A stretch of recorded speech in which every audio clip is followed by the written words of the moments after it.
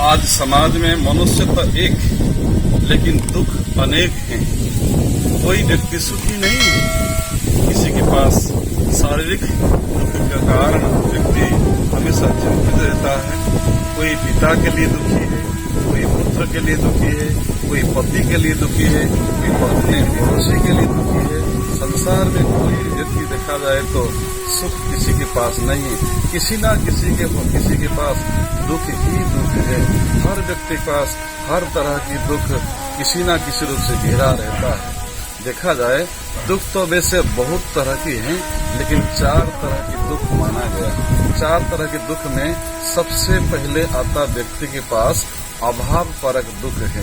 अभाव के लिए जितना दुख के पास है उसको देख करके व्यक्ति उत्साह के कारण दुखी है। अपने पास अगर छोटा सा घर है उससे सुखी नहीं है, क्योंकि दूसरों के पास बड़ा घर है। अपने पास छोटा सोफा सेट है, अपने पास जितना साधन सुविधा है उसी का आनंद नहीं ले पाता। दूसरों के पास जो साधन सुविधा है उस साधन सुविधा को देख करके व्यक्ति दुखी होता है। ये अभाव जनित दुख है। जो है उससे सुखी नहीं है, जो नहीं है उसको पाने के लिए दुखी है। इसको कहते हैं प्रथम नंबर दुख मनुष्य के पास अभाव परक दुख है। दूसरा नंबर जो दुख है अपमानित परक दुख है। अपमान किया जाता है व्यक्ति को, बिना कारण के अपमान किया जाता है, उसको सहन नहीं कर पाता है। इमोशनल के कारण व्यक्ति दुखी होता है। उसी बात को बार बार मन में सोचता रहता है, व्यक्ति दुखी होता है। यह हमारे अपने मन में अपने बुद्धि के आधार पर हमको सोचना चाहिए कि वास्तव में जिसके पास जो है वही तो दे सकता है। किसी के पास सुख है, सुख बांट सकता है। किसी के पास दुख है, दुख बांट सकता है। किसी के पास आलोचना करने के दुर्गुण है वही बांट सकता है। दूसरों को निंदा करने का जो गुण है वही बांट सकता है। दूसरों को अपमानित करने का गुण है वही बांट सकता है। इसलिए जो व्यक्ति जो कुछ बोल देता है, दे देता है, उसे हमको ग्रहण नहीं करना चाहिए। हम बाजार में जाते हैं, बाजार में बहुत सी चीज देखते हैं, हमारे नजर में आता है। हर चीज को हम खरीद के नहीं लाते हैं। कोई दे दे भी जो हमारा जरूरत नहीं है उसे हम ग्रहण नहीं करते हैं। एक छोटा सा कहानी है। महात्मा गांधी एक बार ट्रेन में सफर कर रहे थे। समझ में आ गया कि ये महात्मा गांधी है, तो उनको बहुत से गाली लिख करके 4-5 कागज में लिख करके एक पिन लगा करके दे दिया। तो महात्मा गांधी चुपचाप उसको सारे के सारे जो गालियां लिखी हुई थी उसको पढ़ लिया, और पढ़ने के बाद कागज को अलग निकाल लिया और पिन को अपने जेब में डाल लिया और कागज को चुपचाप फाड़ करके डस्टबिन में डाल दिया। तो एक व्यक्ति ने पूछा, आपने क्या किया? महात्मा गांधी ने बताया कि देखो, जो हमारा काम का था उसको हमने अपने जेब में रख लिया, जो हमारा काम का नहीं है उसको हमने डस्टबिन में डाल दिया। इसीलिए व्यक्ति के पास अज्ञानता कहिए, बुद्धि की कमी की कहिए, सहनशीलता गुण की कमी की वजह से कहिए, तो व्यक्ति अपमानित जनित दुख, अपमानित परक दुख भी भुगता है। ये दूसरा नंबर हो गया।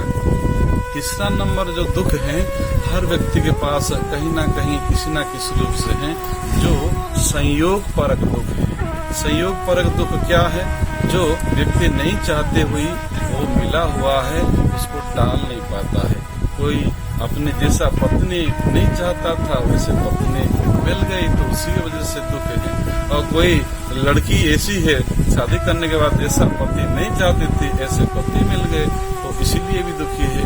उसको समाज में ऐसे मैनेज किया जाए उसके लिए भी वो दुखी हो जाता है। जैसा सासू ससुर चाहती थी वो भी सास ससुर नहीं मिले उसके लिए भी दुखी है। इसीलिए व्यक्ति के पास संयोग जनित कुछ दुख भी आ जाते हैं। और चौथा नंबर है वियोग परक दुख है, जो बहुत दिन से हमारा मोह हो गया था, चाहे साथ साथ में रहते थे, कोई फिर दूर दूरांतर चले गए, उसी वजह से हम दुखी हो जाते हैं। और कभी कभी ऐसा भी होता है जिससे हमारा ज्यादा प्रेम जुड़ जाता है, मोह जुड़ जाता है, हमेशा हमेशा के लिए शरीर छोड़ करके लीला त्याग करके परलोक में चले जाते हैं, उसी की वजह से भी दुखी हो जाते हैं। ये जो 4 तरह के दुख है हर व्यक्ति के पास है, और ये दुख को टालने के लिए केवल हम अपने ज्ञान के आधार पर, आध्यात्मिक विचारों के आधार पर, आध्यात्मिक गूढ़ ज्ञान के आधार पर हम टाल सकते हैं, क्योंकि हमने कुछ लेके नहीं आए थे, कुछ लेके नहीं जाएंगे,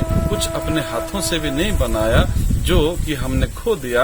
और उसी को अगर हम समझ जाएंगे आत्मिक दृष्टि से, उसको गहराई दृष्टि से अगर हम समझ जाएंगे तो निश्चित रूप से हमको दुख से हम ऊपर उठ सकते हैं। ये चारों तरह के दुख समाज में हर मनुष्य के पास हैं, लेकिन इस दुख से निवृत्त होने के लिए स्वयं को हमको अपने विवेक से, बुद्धि से, विचार से, भावनाओं से हमको निर्णय लेना पड़ेगा। इस विचारों से, इस दुख से हमको दुखी होना है या सुखी होना है, ये हमारा निर्णय है, क्योंकि जीवन भी हमारा है, कर्तव्य भी हमारा है। चाहेंगे तो ये सारे दुखों से उठ करके हम सुखी जीवन जी सकते हैं। अगर अज्ञान के बस होकर अगर इस सारे दुखों के घेरे में रह करके जीवन को दुखी मान लेंगे, दुखी जीवन यापन करेंगे, तो ये हमारे ऊपर निर्णय है। इसीलिए इस कहानी के माध्यम से आप सभी लोग प्रेरणा लीजिए कि आप जीवन को सुखमय करना चाहते हैं या दुखमय करना चाहते हैं, निर्णय आपके है। अगर आपको ये कहानी अच्छा लगा हो तो इस जो चैनल में पहली बार आए हैं, चैनल को आप सब्सक्राइब कर दीजिए, वीडियो को लाइक कर दीजिए, शेयर कर दीजिए, जिससे कि आपको आने वाले समय में इसी तरह का जो व्यवहारिक सूत्रों कहानी के माध्यम से आपको मिल जाएगा और दूसरों को भी प्रेरणा मिलेगा।